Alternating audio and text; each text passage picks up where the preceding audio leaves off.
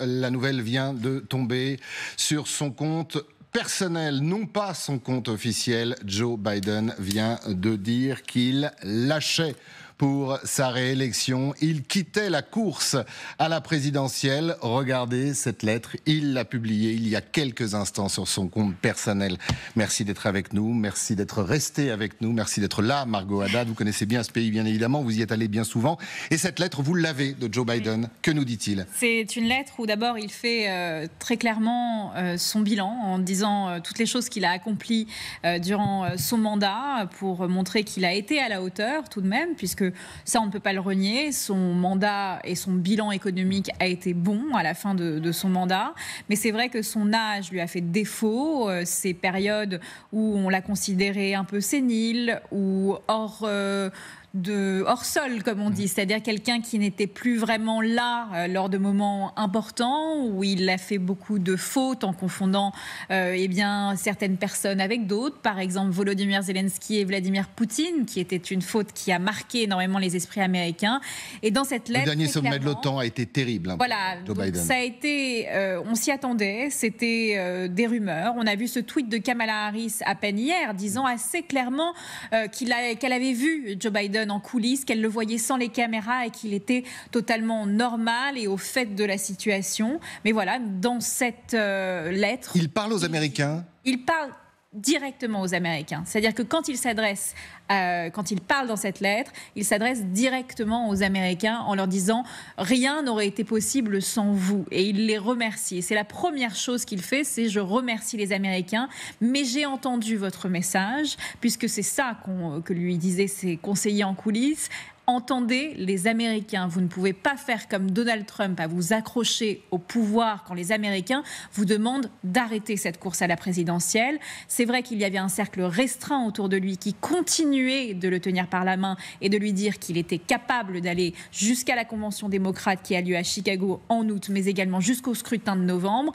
Mais pour l'instant, on a bien compris que les démocrates ont fait pression sur Joe Biden et il annonce officiellement donc qu'il se retire de la course à la présidentielle, à savoir désormais qui va prendre le relais. C'est la question. On va retrouver dans quelques instants l'ensemble de nos correspondants, nos équipes aux États-Unis, bien évidemment, mais ça demande quand même une explication jusqu'au dernier moment. Il a tenu la barre. Et la semaine dernière, sous votre contrôle, il disait qu'il y a deux choses qui pouvaient le faire quitter cette course à la présidentielle. C'était un, l'avis de ses médecins, et deux, surtout, son épouse, sa femme.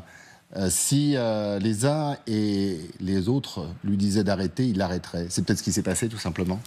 Oui, tout simplement, sa femme qui lui a dit d'arrêter. Il y a aussi quand même Barack Obama qui l'avait soutenu au début, notamment après le premier débat qu'il avait d'ailleurs réclamé contre Donald Trump, où il avait eu des absences.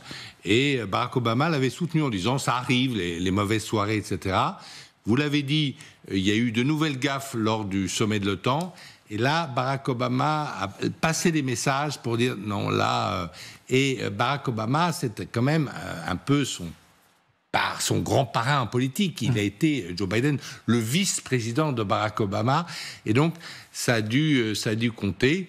Et certainement aussi les médecins et son épouse. C'était pas une décision facile dans la mesure où il avait quand même constitutionnellement gagné les primaires. C'est-à-dire que, en fait, tous les délégués qui vont se retrouver à la convention dont Margot parlait tout à l'heure, tous ces délégués ont eu un mandat impératif de voter pour Joe Biden comme candidat du Parti démocrate. Mais dans le camp démocrate, il y avait aussi cette petite rumeur que le vote pourrait être avancé. C'était d'ailleurs assez mal passé, comme pour anticiper quelque chose.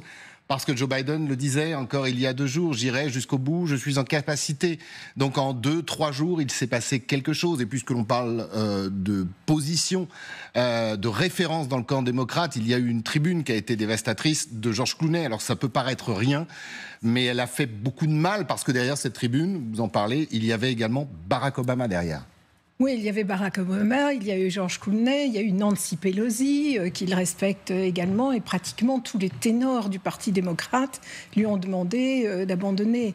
Je pense qu'effectivement, tout à l'heure, vous avez évoqué 2 personnes qui pouvaient le dissuader de continuer. Vous avez oublié Dieu.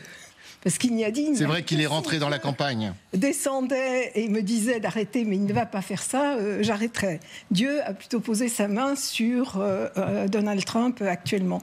Alors ça risque d'être quelque chose qui va faire peur à Donald Trump aujourd'hui. D'ailleurs, c'est pour ça... Pourquoi ? C'est intéressant ça. Parce qu'il voit bien que Joe Biden était tellement affaibli que ses chances avaient diminué, qu'à côté de lui, il paraissait un homme extrêmement dynamique, même s'ils ont un âge qui est à peu près... Il l'a beaucoup attaqué hier d'ailleurs, Donald Trump, dans son dernier meeting. Il n'y a pas eu de trêve. Il a attaqué Kamala Harris parce qu'il Donc lui aussi, il le sentait. Oui, mais ce qui est intéressant dans cette lettre également, c'est qu'il aurait pu dire « je passe le relais à Kamala Harris ». Il ne le dit pas dans cette lettre. Il la remercie, mais il n'apporte pas son approbation directe à Kamala Harris pour lui succéder à cette course à la présidentielle. Et ça, c'est une nuance qui est assez importante au niveau américain, parce que normalement, quand il y a un passage de relais, quand il y a ce qu'on appelle standing down, donc se retirer de cette course à la présidentielle, vous avez l'aval du président pour concourir et rentrer dans cette course à la présidentielle. Ce n'est pas le cas à l'heure actuelle dans cette lettre du président Biden. Donc c'est pour ça que les possibilités des autres candidats sont encore possibles. Même si Kamala Harris, logiquement, est la candidate potentielle pour représenter les démocrates à cette course à la présidentielle, pour l'instant, la porte n'est pas fermée à d'autres candidats. Il y a une spécificité aux États-Unis qui s'appelle le write-in candidate, c'est-à-dire un candidat qui pourrait se présenter de lui-même dans cette course à la Maison-Blanche, sans passer par l'aval des grands électeurs et de ceux qui vont être à la convention démocrate d'août, et qui pourrait se présenter comme un nouvel élan potentiel à cette course à la présidentielle. Donc tout peut encore se jouer, que ce soit dans le camp démocrate ou quelqu'un qui aurait une sensibilité démocrate, mais qui ne serait pas non plus avec l'aval du parti. Sans l'aval des délégués. Les délégués, pardon. Ouais, vous avez dit des grands électeurs, parce que les délégués, ensuite, les électeurs votent pour des délégués. Voilà, des délégués. À la convention, c'est les délégués. Voilà. J'ai une question à vous poser à tous.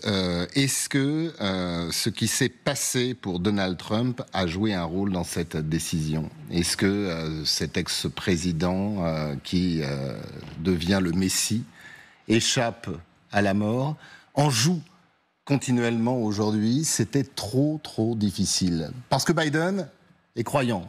Biden était porté par Dieu. Ce n'était pas le cas de Trump. Et depuis cet attentat, il y a Trump et Dieu face à Biden. C'est aussi difficile. Est-ce qu'il s'est dit que la montagne était trop importante pour gagner ? Oui, probablement, mais il faut quand même rappeler que les États-Unis sont la seule démocratie, la seule puissance démocratique où la religion, où Dieu intervient dans les élections, pratiquement. Ça n'existe pas nulle part ailleurs, donc ça peut paraître étrange parfois à un public français, mais c'est un élément extrêmement important. Et là, on se retrouve, alors que la campagne était quand même pas axée sur le bilan des uns et des autres. Elle était axée sur les individus eux-mêmes, sur leur capacité à gouverner et sur la différence qu'il pouvait y avoir entre un Biden visiblement vieillissant, peut-être impotent, et un Trump qui lui-même, par contraste, paraissait vigoureux, dur. Bon, mais toute la campagne était sur ce thème unique, pratiquement. On parlait presque pas d'autre chose. Et là, d'un seul coup, on a un événement qui met en avant, d'un côté, qui en rajoute encore dans cette différentielle, avec un Trump qui échappe à la mort. Là aussi, il faut quand même rappeler qu'on est passé à quelques centimètres d'un autre changement complet de l'histoire. Et à quelques centimètres près, on a un Trump qui est miraculé, qui réagit. Là aussi, c'est la réaction de Trump. Le fait qu'il ait été, effectivement, qu'il ait échappé à la mort, d'accord. Bon, en fait, c'est la chance. Dieu, je pense que Dieu n'a pas grand-chose. Dieu n'a pas porté sa main sur l'homme. En tout cas, pour ses électeurs et pour les Américains, ça joue. Et il en joue. Mais Dieu n'a pas porté sa main sur l'homme qui a été tué à la place de Trump, qui a pris la balle à sa place. Bon. Mais c'est surtout la réaction elle-même de Trump qui s'est levé tout de suite et qui a tout de suite fait face aux événements. Et là, effectivement, dans ce duel, oui, Il a gagné complètement ce duel. Il n'y a pas d'autre choix. Et l'avantage, en tout cas, de changer de candidat du côté démocrate, ce sera peut-être de porter enfin peut-être le débat sur autre chose. Parler de politique peut-être et pas seulement des migrants. Je vous laisse la parole dans un instant. On est avec Grégory Phillips. Merci Grégory d'être avec nous, le chef du service international. Vous avez été très longtemps correspondant aux États-Unis. On s'en doutait, on le pensait, certains le redoutaient, mais ça reste quand même une bombe dans le paysage politique américain. Je le rappelle, à 4 petits mois seulement de cette élection présidentielle. Oui, vous avez raison. En fait, depuis le débat raté face à Donald Trump, il n'y avait plus beaucoup de doutes sur le fait que Joe Biden était poussé par son propre camp à renoncer à se présenter. Mais il y avait une question, c'était de savoir quand allait-il renoncer et comment. La réponse est tombée ce soir. Comment? Par un communiqué envoyé par la Maison-Blanche dans lequel Joe Biden explique qu'il renonce pour le bien du pays. Et quand? C'est donc ce soir, alors qu'on annonçait son retour à Washington dans la soirée pour recevoir normalement mardi le Premier ministre Netanyahou. Mais ce soir, depuis sa résidence du Delaware, Joe Biden fait savoir qu'il renonce à se présenter à la présidentielle de novembre. Vous avez raison, c'est une bombe, une information qui était attendue, peut-être redoutée par certains dans le camp démocrate, mais la plupart des alliés de Joe Biden commençaient à le lâcher, à commencer notamment par Nancy Pelosi, l'ancienne speaker de la Chambre, et par Barack Obama, qui ne l'a pas fait officiellement, mais qui, avec ses alliés, poussait Joe Biden à prendre cette décision. Grégory, vous qui êtes un fin connaisseur de l'Amérique, de ce système politique parfois un peu compliqué, je voudrais qu'on revienne à ce qui nous a alertés à cette lettre, pas sur le compte Twitter officiel de Joe Biden, mais sur son compte privé. Cette lettre aux Américains, c'est une façon d'annoncer qu'on se retire alors qu'on est président sortant à la course pour la présidentielle. Ça vous a surpris, cette lettre ? Oui, comme je le disais, on attendait de savoir sous quelle forme ça allait se produire. C'est donc par le biais d'un courrier dans lequel Joe Biden dresse d'abord le bilan de ses 3 années et demie à la Maison-Blanche. Il dit bien qu'il reste au pouvoir à la Maison-Blanche jusqu'au mois de janvier, mais il annonce qu'il se retire. Et autre information importante qu'on peut découvrir dans ce courrier adressé aux Américains, c'est qu'il parlera à la nation dans la semaine qui vient. Et là, sans doute, l'allocution se fera depuis les salons officiels de la Maison-Blanche. Mais pour l'instant, c'est un simple courrier qui a dû être rédigé, on l'imagine, tout le week-end. On sait que Joe Biden était chez lui, dans le Delaware, entouré de sa famille. Et on sait combien cette décision a été mûrement réfléchie par lui, évidemment, mais aussi par sa femme Jill et par ses proches. On imagine que le week-end a été un long week-end de réflexion dans le Delaware avant que ce courrier soit adressé aux Américains. Restez avec nous si vous le pouvez, Grégory Phillips. Juste, vous parlez de Jill Biden. C'est la seule réaction qui nous vient des États-Unis. Bien évidemment, on va vous en parler. On essaiera d'avoir toutes les interviews de ce pays qui, non pas se réveille, mais doit se dire qu'il se passe quelque chose, que les élections sont bouleversées, que ce soit dans un camp ou dans un autre. Vous faites bien de le souligner parce que pour les Républicains, il va falloir affronter un nouvel adversaire, peut-être moins facile que Biden. Regardez ce tweet de Jill Biden. Il est simple, on pourrait même dire il est beau. C'est simplement un cœur pour son mari. Et quand on se disait tout à l'heure, ces 2 personnes qui pouvaient peut-être décider de la fin de la campagne pour Biden, c'était les médecins ou c'était son épouse, c'est peut-être aussi son épouse. Et c'est peut-être même les deux, j'ai envie de vous dire, Christophe, parce qu'on reçoit à l'instant du pool de la Maison-Blanche, que Grégory reçoit également, parce qu'on a été tous les deux correspondants aux États-Unis. On vient de recevoir la lettre du médecin de Joe Biden, qui justement rappelle qu'il a toujours le Covid, qu'il a reçu une dose de vaccin à nouveau aujourd'hui et qu'il continue son traitement. Donc on peut se poser la question de savoir si ce Covid à 81 ans n'a pas également été un élément déclencheur de la part de sa famille, de son entourage, qui lui dit qu'une course à la présidentielle, c'est éprouvant, surtout une course à la présidentielle aux États-Unis, pour en avoir couvert 2, et Grégory le sait, on fait presque 3 à 4 États par jour en avion en suivant le candidat à la présidentielle. Donc c'est vraiment une campagne qui demande beaucoup d'énergie. Et on voit un Joe Biden monter dans Air Force One. Voilà. Et difficilement. Un vieil homme diminué. et vraiment d'avoir cette maladie, donc ce Covid qui intervient à son âge, Jill Biden qui lui a tenu la main, c'est un couple extrêmement solide, Jill et Joe Biden, c'est un couple très amoureux qui vraiment se soutiennent l'un et l'autre en dehors de la scène politique également, et de le voir peut-être dans cet état amoindri a certainement déclenché également cette prise de décision avec l'aval de sa famille qui lui a dit que peut-être pour sa santé, pour qu'il reste auprès d'eux le plus longtemps possible, eh bien c'était la plus sage décision que de se désister et de se retirer à la course à la présidentielle. Autre information qui est intéressante, CNN vient d'avoir Donald Trump au téléphone. Il a réagi justement à cette annonce en disant que Joe Biden avait été le pire président que les États-Unis aient eu dans toute l'histoire de l'Amérique et qu'il ne sait pas qui sera le prochain candidat démocrate, mais qu'il espérait que ce soit Kamala Harris parce qu'elle sera facile à battre. Voilà, ce sont les mots de Donald Trump ce soir, juste après l'annonce du président Biden. Des mots qui ne nous étonnent pas trop. Quand, après l'attentat, Donald Trump avait dit qu'il avait changé, on voit, et on l'a vu hier dans son dernier meeting, qu'il n'avait pas vraiment changé. On ne peut pas dire qu'il y ait de compassion. C'est un peu ce que disait Margot, c'est-à-dire que la campagne était dure, c'était prévu. Plus encore après l'attentat contre Donald Trump. Et c'est peut-être ça aussi, dans un moment de lucidité totale, qui a fait dire à Joe Biden et à son entourage on ne va pas y aller, ça va être terrible. Oui, bon, comme c'était déjà dit, il y avait plusieurs facteurs qui ont contribué au fait que finalement cette décision par Joe Biden a été prise.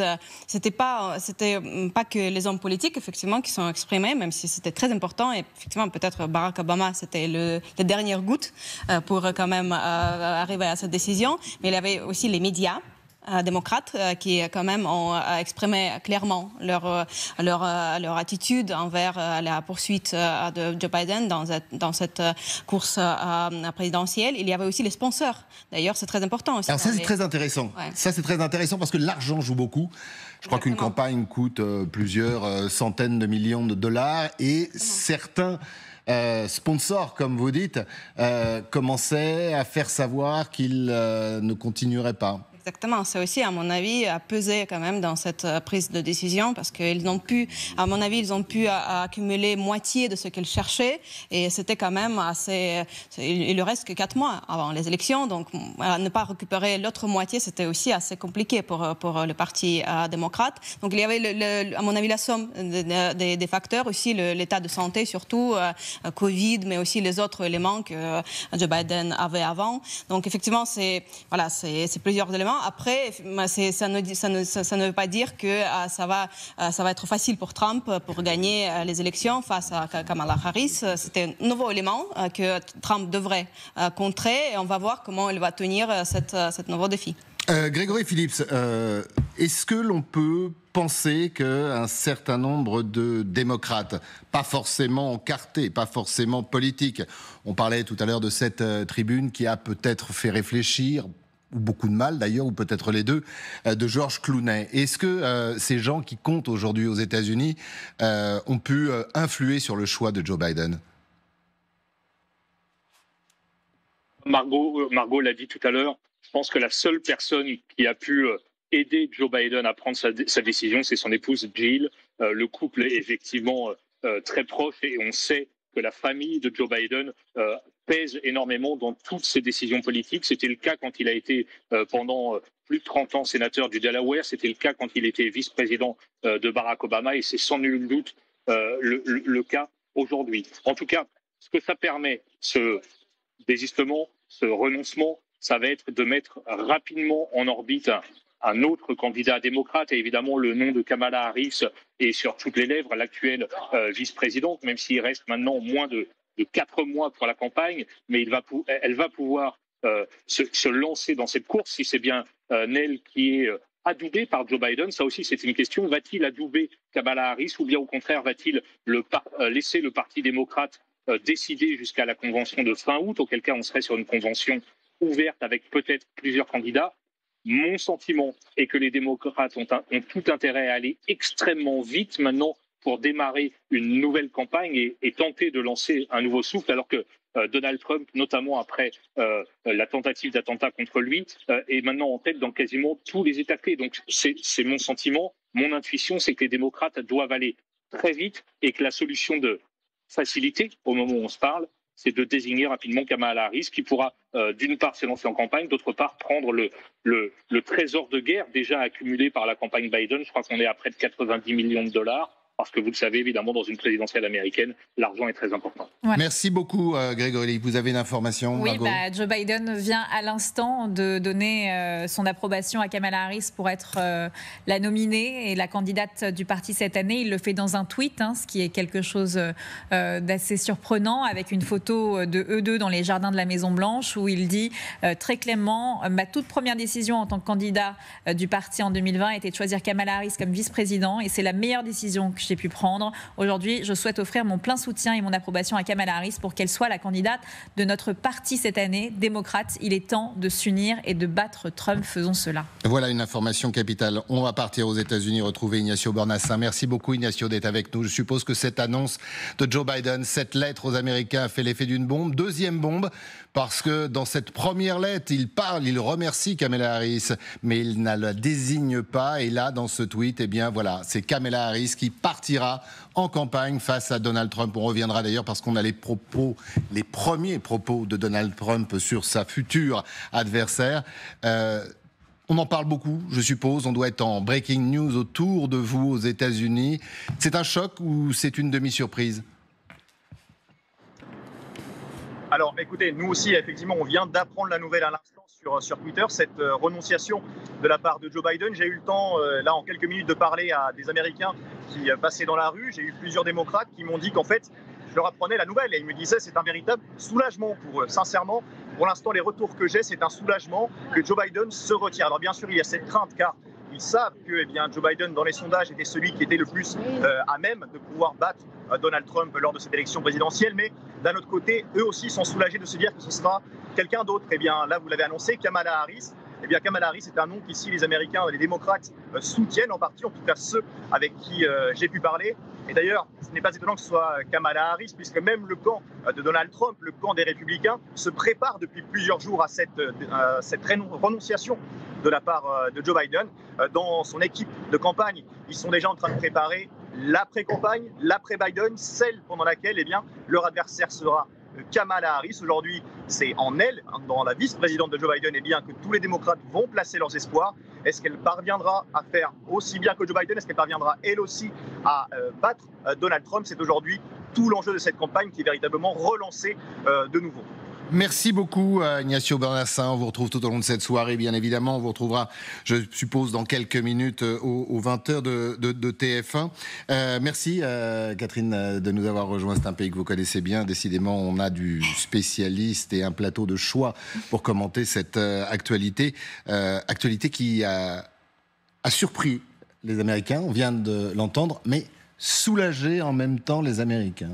Surpris à moitié quand même, parce qu'il y avait quand même pas mal d'indices qui allaient dans le sens d'une pression accrue quasiment de tous les jours sur Joe Biden. On savait notamment qu'un certain Barack Obama lui-même, qui est quelqu'un qui compte énormément encore dans le Parti démocrate, avait fait savoir qu'il considérait que Joe Biden n'était plus en capacité de continuer cette campagne présidentielle et surtout pas en capacité, au bout du compte, de pouvoir battre éventuellement Donald Trump. Donc on savait que la pression était de plus en plus forte. Il y avait une rumeur qui disait qu'il l'annoncerait, mais après avoir rencontré Benjamin Netanyahou, le Premier ministre israélien qui s'est rendu aux États-Unis.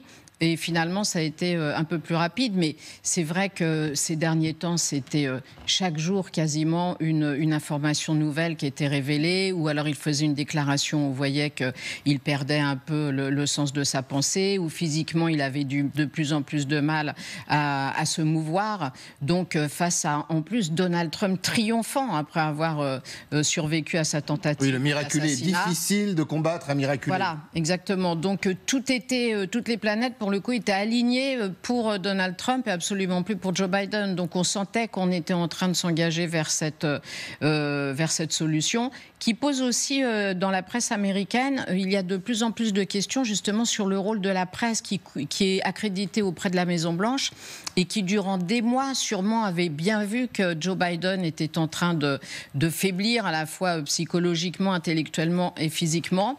Et ça n'a pas été... de dire ou d'avoir caché les choses. De ne pas avoir dit, oui, voilà, et d'avoir laissé le pays dans l'ignorance de l'état réel de Joe Biden. Intéressant cette réaction de Donald Trump. On n'attendait pas de la compassion de la part du personnage. Alors il se réjouit presque de ce départ de Joe Biden et il en rajoute une couche en disant tant mieux, si c'est Kamala Harris, eh bien je pourrais l'écraser facilement. Est-ce que ce sera si facile que ça et est-ce que Donald Trump a raison de se réjouir ? Non, je ne pense pas. Et en réalité, je ne suis pas sûre qu'il se réjouisse. C'est-à-dire qu'il le fait publiquement parce qu'il ne peut pas faire autrement et il se présente toujours comme un gagnant. Mais elle risque d'être assez dangereuse pour lui. Parce que dans un débat, Donald Trump n'est pas toujours cohérent, ne connaît pas toujours les dossiers. Jusque-là, ce n'était pas le sujet puisque de toute façon, il y avait des problèmes cognitifs de la part de Joe Biden et ce débat a été une catastrophe. Donc il a été même moins agressif que d'habitude parce qu'il pensait que c'était pas la peine. Là, ça risque d'être plus compliqué. Même si Kamala Harris n'a pas une très bonne réputation aux États-Unis. Mais pourquoi ? Pas très populaire. C'est pas la première fois que je l'entends. Pourquoi ? Alors on considère qu'elle a déçu, c'est-à-dire qu'au début, elle déçu avait qui ? Voilà, c'est toujours ce que l'on entend. Non, mais déçu également les démocrates. D'abord, elle était invisible et elle était invisible. Mais ça, c'est la faute de Joe Biden. Ben voilà. Il n'a pas voulu. Parce que c'était le ticket pour que tout le monde comprenne, c'était bien le ticket qui a été vendu lors de l'élection de Joe Biden. Et qui a été vendu parce que c'était une femme, son père était jamaïcain, sa mère était d'origine indienne, donc elle cochait absolument toutes les cases. C'est un ancien procureur et elle avait une très bonne réputation.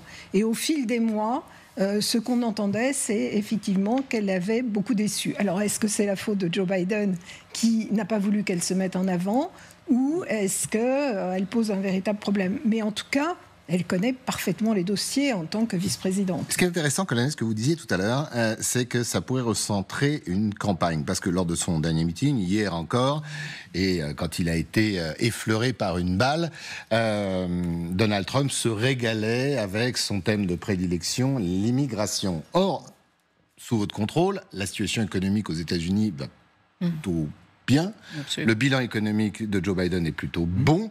Donc, dans une campagne où on se recentrerait sur un autre programme électoral, est-ce que Trump ne serait pas du coup en difficulté ?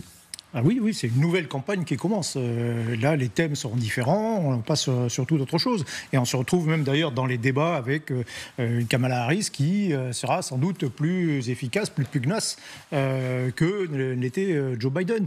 Et donc oui, alors là, là il ne pourra pas... Dans le dernier discours qu'a fait Trump, il s'est attaqué particulièrement à Kamala Harris. On a présenté un extrait tout à l'heure où il insultait, il a trouvé rigolote, etc. Il chargeait quand même Kamala Harris comme s'il pressentait que ce serait peut-être effectivement son véritable adversaire. Mais oui, là, on sera quand même peut-être un peu obligé de parler d'autre chose que du physique ou de la capacité à gouverner. Et ça peut changer peut-être un peu les choses, effectivement.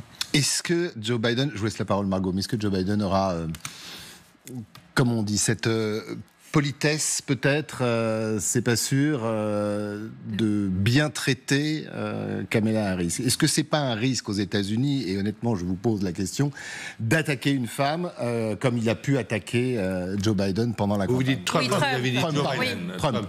Non, moi je crois que... D'abord je crois que Joe Biden, il faut quand même le saluer, c'est quelqu'un qui a servi son pays pendant 40 ans. Et moi, comme citoyen français, je salue cette figure qu'il a servi sincèrement, assez proche des Européens, et qui a pris une décision en responsabilité. Comme le disait Margot, il y a eu le Covid en plus. Il a dit, bon, voilà, ça suffit. Il a décidé... Et pourtant, il avait dit, je reviendrai lundi. Oui, dans la lettre, ce qui est très intéressant, c'est qu'il lui reste quand même... 5 mois, plus 6 mois de pouvoir jusqu'au 20 janvier. Il est effectivement au pouvoir jusqu'au 20 janvier prochain, ça fait 6 mois de pouvoir, il a décidé de s'y consacrer. Il peut se passer des tas de choses. Et de plus avoir le circuit harassant de la campagne électorale en même temps. Je trouve que c'est assez digne. C'est assez digne aussi pour son vice-président. Elle n'a pas du tout démérité. Alors c'est vrai que on ne l'a pas entendue. C'est peut-être pour ça qu'on peut la critiquer, mais c'est peut-être parce qu'elle laissait la parole à son président. C'est-à-dire qu'elle n'a pas du tout été comme le vice-président Cheney, qui faisait presque la politique à la place du président Bush. C'était pas le vice-président désigné aujourd'hui aux côtés de Donald Trump, qui lui, on l'entend beaucoup et on l'a beaucoup entendu. C'était la carte joker. Là, Joe Biden décide d'utiliser cette carte. Il le fait, je trouve, d'une manière assez noble. Et je ne suis pas du tout sûr que la réaction de Trump soit la bonne. Je pense qu'il y a un deuxième moment, c'est une campagne électorale incroyable. On a eu Trump, le redressement de Trump, et on croyait à sa victoire. Et aujourd'hui, il y a un moment démocrate, après le moment républicain, qui est un moment assez rassurant, responsable, digne. Et je pense que ça peut apporter des voix indécises au Parti démocrate.